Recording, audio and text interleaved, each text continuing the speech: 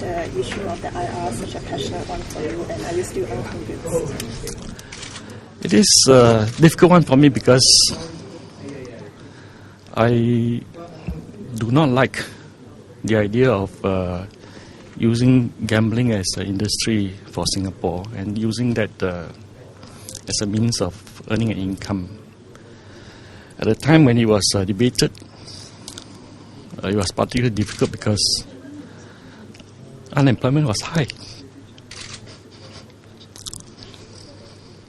But today, the question is, what kind of social problems would there be? It's too early to tell. Is that tied to why you asked PM to retire? No. It's nothing to do with that. Because I responded because of the question about groupthink. I just want to illustrate there's no groupthink. But are you not convinced that the IRs also have the positive side of contributing to the tourism industry? I mean, what's your take? Well, I agree that it has a contribution. It has a contribution to jobs. And that was the reason why finally I agreed. But I'm still concerned what kind of social problems it will bring to Singapore. We have only had a year. So far, there are stories about some people who have blown away huge fortunes. If it is people who have got a lot of money, I won't worry too much about that. But if it has also affected families, then I think it's not good for Singaporeans. Mr. Lim, I'm sorry to ask this question, but maybe everyone is thinking what will happen to your position in PAP as party chairman. Will you actually relinquish that? Well, I would be a non-participating chairman in these elections. I will hold the position until a convenient time when I can hand over to somebody else. Now it's not the time. I think we are going into an election, so I should continue, and I will help the party to secure the best result possible. So after the elections, then we can discuss about when I should step down and who should be appointed as chairman of the party. Are you worried that this can be some kind of a signal to the PAP grounds? I don't know what, in this sense, what signal do you give to the ground? Yeah, or do you think that it could possibly give people who are entering at maybe 50 or so, the signal that they can only be around for a term or two? Perhaps, I don't know. Not necessarily so. I think it's just a matter of coincidence that I am stepping down at this time when I'm holding the party position. I don't think it will always be the case. But it is not something that we should not expect to have. In different things, sometimes there are non-playing captains.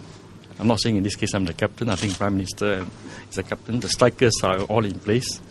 But there's a role also for the coach. So I think maybe a more appropriate role for me instead of a coach trying to help particularly young candidates to what they should do on the ground.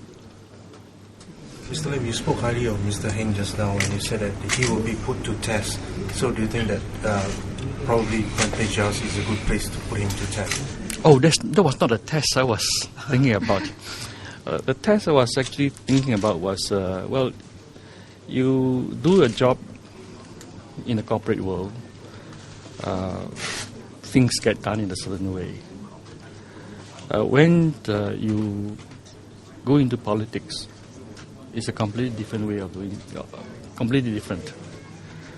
And you have to acquire the skills of how to persuade people.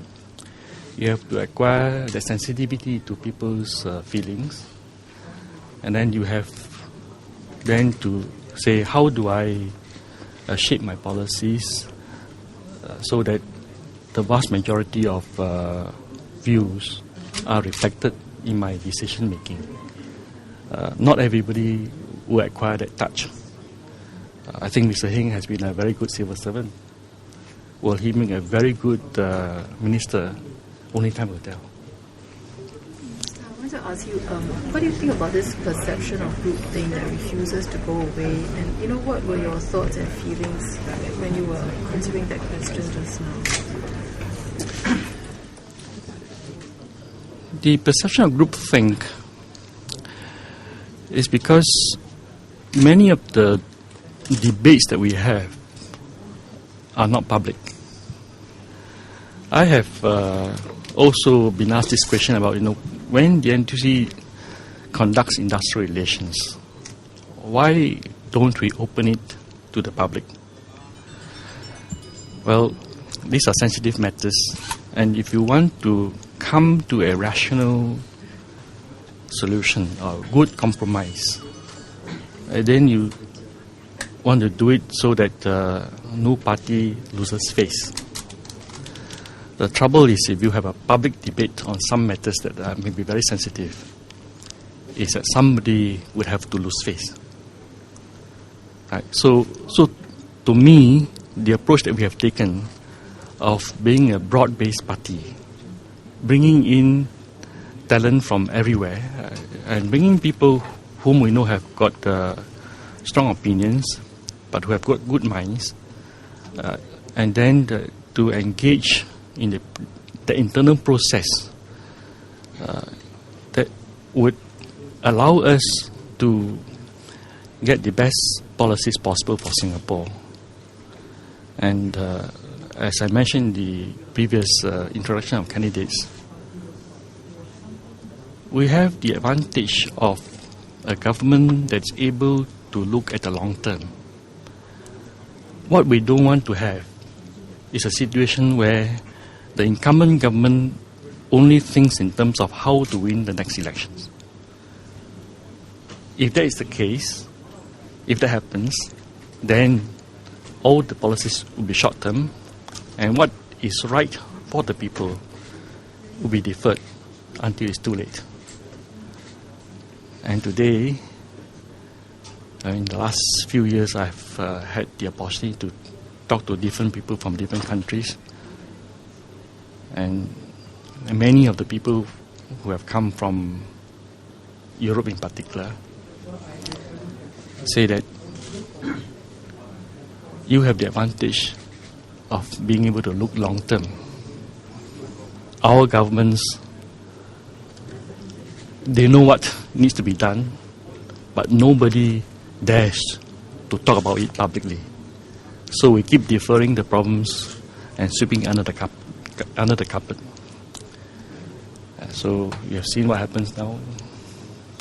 Greece, Portugal, Spain,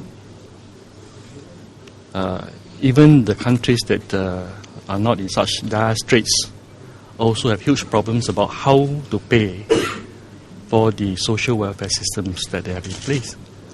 So I think we should not bring this upon the Singapore people. We have a system that works. We have a system that emphasizes as much as possible self-reliance.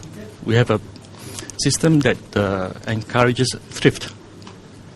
As a government, we are thrifty. We put aside money so that we've got quite good reserves now. And it is because of these reserves that we have extra income that lowers the tax burden. So why destroy all this? Minister, like on casinos, you seem to question the final decision that was taken. So how do you reconcile that with having to work within a system where you can't actually speak about, in open at least? Right. Life is not perfect. So sometimes, on exceptions, we have to accept that there are certain things that when we decide as a cabinet, we have to take collective responsibility. So it's a price that we all have to pay.